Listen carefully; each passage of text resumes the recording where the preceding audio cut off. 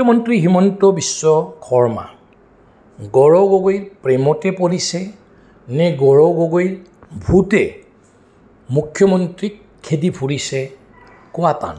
কিন্তু এটা কথা নিশ্চিত যে তেওঁ দিনে নিশে হয়তো সপোনতো গৌৰৱ গগৈ চাই গৌৰৱ গগৈ নাম লৈ থাকে, গৌৰৱ গগৈ মালা জাপ কৰি থাকে। এতিয়া সাইকোলজিকেল কথা আছে যে যদি আপোনাৰ অন্তৰত ক'ৰবাত কাৰোবাক লৈ প্ৰেম আছে বা ভয় আছে, এই মানুহজন সদায় আপোনাৰ স্মৃতিত থাকে, সাবকনচিয়াছ মাইণ্ডত থাকে। সাইকোলজিকেল কথা দে। এতিয়া মুখ্যমন্ত্ৰী বাৰে বাৰে গৌৰৱ গগৈ মালা জাপ কৰি আছে। এতিয়া মুখ্যমন্ত্ৰী নিজে ক'ব লাগিব যে তেওঁ প্ৰেমতে পৰিছে নে গৌৰৱ গগৈ নামৰ ভূতে তেওঁক খেদি ফুৰিছে। কি হৈছে অন্তৰত ক'ৰবাত ডেফিনেটলি এটা ভয় আছে। গৌৰৱ গগৈ ইমেজ খুব ভাল, ক্লিন ইমেজৰ মানুহ। গৌৰৱ গগৈ তৰুণ গগৈ পুত্ৰ। তৰুণ গগৈৰ ইমেজ খুব ভাল।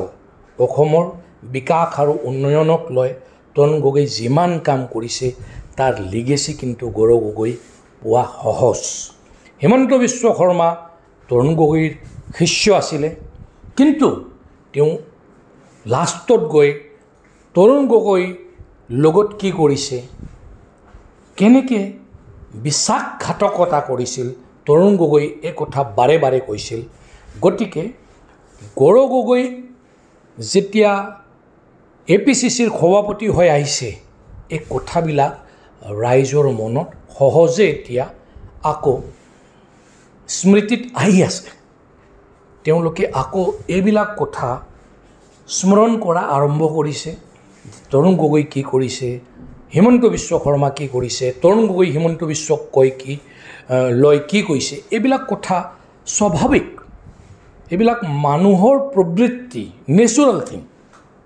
গতিকে তৰুণ গগৈ পুতেকে যেতিয়া APCCৰ সভাপতি হ'ল, তেওঁ যিমান চেষ্টা কৰিছে হিমন্ত বিশ্ব শৰ্মা, ইমান চেষ্টা তেওঁ 25 বছৰত চাগে কৰা নাই, নিজৰ ৰাজনৈতিক জীৱনতো কৰা নাই। যিমান তেওঁ গৌৰৱ গগৈ এগেইনষ্টত কৰিছে, যোৰহাটত তেওঁ কি কৰা নাই, চব কাম কৰিছে যাতে গৌৰৱ গগৈক পৰাস্ত কৰিব পাৰে। তেওঁ কৰিব নোৱাৰিলে। তেওঁ কিছুমান মন্ত্ৰীয়েও কৈছে যে গৌৰৱ গগৈ জিকিলে তেওঁলোকে ৰিজাইন কৰিব। ডেফিনেটলি তেওঁলোকে নকৰে, কাৰণ ৰাজনীতিত এইবিলাক কথা কৈহে কোনে ৰিজাইন কৰে। চকীখন কোনেও এৰি দিব নোখোজে, তেওঁলোকে এৰি দিয়া নাই, এইবিলাক কথা ৰাইজে জানে। কিন্তু কথা হ'ল এতিয়া যেতিয়া গৌৰৱ গগৈক ডিফিট কৰিব পৰা নাই, এতিয়া কিবা এটা ৰাস্তা উলিয়াব লাগিব। গতিকে এতিয়া তেওঁৰ পৰিয়ালক আটেক কৰা আৰম্ভ কৰিছে। পৰিয়ালে য'ত কাম কৰি আছিলে, যিখন NGOৰ লগত তেওঁ সম্পৰ্কিত, NGO ক'ৰবাত কাম কৰিছে, পাকিস্তানত গৈছে বা ক'ৰবাত গৈছে, এইবিলাকক লৈ তেওঁ ISI এজেণ্ট বুলি কোৱা আৰম্ভ কৰি দিলে। পাকিস্তান সৈনাৰ পেৰলত থকা বুলি কৈ দিছে। এতিয়া সত্যতা কি আছে আমি নাজানো, কিন্তু এটা কথা সটাং যে ভাৰতত এতিয়া মোদী চৰকাৰ চলি আছে, অমিত শ্বাহ হোম মিনিষ্টাৰ হৈ আছে। যদি গৌৰৱ গগৈ বা তেওঁৰ ফেমিলিৰ লগত ISI বা পাকিস্তানী সৈনাৰ কিবা লিংক আছে, ইণ্ডিয়াৰ চোৰাংচোৱা IB আছে, আছে, তেওঁলোকে ক'ৰবাত ফেইল হৈছে নেকি, বা আজিত ডোভালে ফেইল হৈছে নেকি? ভাৰত চৰকাৰে কিয় এৰেষ্ট কৰা নাই আজিলৈকে? এতিয়া হিমন্ত বিশ্ব শৰ্মাই গোটেইখিনি কথা কৈ আছে, তেওঁ SIT গঠন কৰিছে, কিন্তু SIT তদন্ত কৰিব পাৰে না? পাকিস্তানত বা পাকিস্তানৰ লগত কিবা সম্পৰ্কৰ কথা নে ন্যায় কৰিব? ইমান দিন কিয় কৰা নাই? এইবিলাক কথা জাষ্ট মানে ৰাইজক আকৌ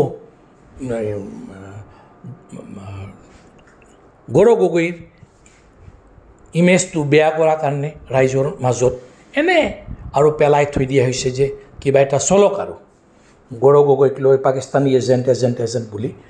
কাৰণ গৌৰৱ গগৈ জনজাতীয় মানুহ, তেওঁৰ ইমেজ ক্লিন, এডুকেটেড মানুহ।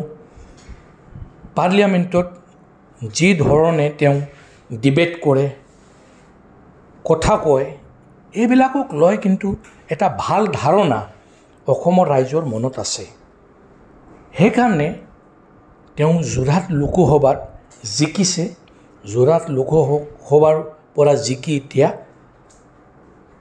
প্ৰতিনিধিত্ব অসমৰ কৰি আছে, যোৰহাট লোকসভাৰ কৰি আছে, পাৰ্লিয়ামেণ্টত কৰি আছে। তাতেও তেওঁ ডেপুটি স্পীকাৰ আছিলে। এটা গুৰুত্বপূৰ্ণ পোষ্ট কংগ্ৰেছত তেওঁক দিছে, মান সন্মান মৰ্যাদা এটা দিছে। গহীনভাৱে কথা কয়, তুলুংগা কথা বা মন্তব্য আগ নবঢ়ায়। যোনে যি নকওক সদায় মাইল্ডলি তেওঁ ৰিপ্লাই কৰে। এইবিলাক কথা কিন্তু ৰাইজক সহজে আকৰ্ষিত কৰি আছে। আৰু তেওঁ যিবিলাক মানুহ এটেক কৰি আছে, মুখ্যমন্ত্ৰীক আদি কৰি মুখ্যমন্ত্ৰীৰ যিবিলাক সেনাপতি আছে বা যি আপোনালোকে নকওক কিয় মন্ত্ৰী বিধায়ক পাৰ্টি নেতাবিলাক, তেওঁলোকে যি ধৰণে কথা কয়, এইবিলাক কথা হয়তো অসম আৰু অসমীয়া ৰাইজে খুব বেছি ভাল পোৱা নাই। কাৰণ অসমৰ এটা কালচাৰ আছে। অসমত কোনোদিন বিহাৰ আৰু উত্তৰ প্ৰদেশ টাইপ পলিটিক্স নকৰে। তাত যি ধৰণে বক্তব্য দিয়ে, যি ধৰণে মহিলাক অপমান কৰি কথাবোৰ কৈ দিয়ে, অসমত এইবোৰ নাই। অসমত এইবিলাক বেয়া পায়। এতিয়া যদি গৌৰৱ গগৈ ৱাইফক এটেক কৰি আছে, তাত কোনো তথ্য দাঙি ধৰিব পৰা নাই। এইবিলাকক লৈ কিন্তু ভাল পোৱা নাই। অসমত মহিলাক লৈ যি সন্মান আছে, সেই সন্মানত ডেফিনেটলি আঘাত আনিছে বিজেপি নেতৃবৃন্দ। তাত কিন্তু মুখ্যমন্ত্ৰী কিছু পৰিমাণে দায়ী। এতিয়া 2026 কি হৈছে, মুখ্যমন্ত্ৰী পোনপটীয়াকৈ কৈ দিছে যে ভূপেন বৰা থাকিলে কিবা প্ৰতিদ্বন্দ্বিতা হ'লহেঁতেন, কিন্তু এতিয়া বিনা প্ৰতিদ্বন্দ্বিতাৰে বিজেপি জিকিব। জিকা হাৰাটো এতিয়া মুখ্যমন্ত্ৰীৰ হাতত নাই, অসমৰ ৰাইজৰ হাতত। মুখ্যমন্ত্ৰীৰ অহংকাৰ হ'ব পাৰে যে তেওঁ মানে অজেয়, তেওঁ অপৰাজিত। কিন্তু অসমৰ ৰাইজে বেলেগ ধৰণে ভাবিব পাৰে। তেওঁলোকে কাক বা জিকাই এইটো তেওঁলোকে সিদ্ধান্ত ল'ব। কিন্তু এটা কথা ঠিক যে গৌৰৱ গগৈ সভাপতি হোৱাৰ লগে লগে অসমৰ ৰাজনীতিৰ দৃশ্যপট সলনি হৈছে। বিজেপিক এটা চেলেঞ্জ আহিছে, প্ৰত্যাহ্বান আহিছে। কি হ'ব মই নাজানো, কিন্তু প্ৰতিদ্বন্দ্বিতা হ'ব। বিজেপিৰ বাট কিন্তু এতিয়া মৃখন হৈ থকা নাই। ডেফিনেটলি গৌৰৱ গগৈ যদি মুখ্যমন্ত্ৰী নিদ্ৰা হৰণ কৰিছে, এই নিদ্ৰা হৰণ এনে হোৱা নাই, মুখ্যমন্ত্ৰী গম পায় যে it's a big challenge to retain power in 2026। চাই থাকক, নৰ্থ ইষ্টক ছাবস্ক্ৰাইব কৰিব, আশীৰ্বাদ কৰিব। ধন্যবাদ। জয় অসম, ভাৰত মাতা কি জয়।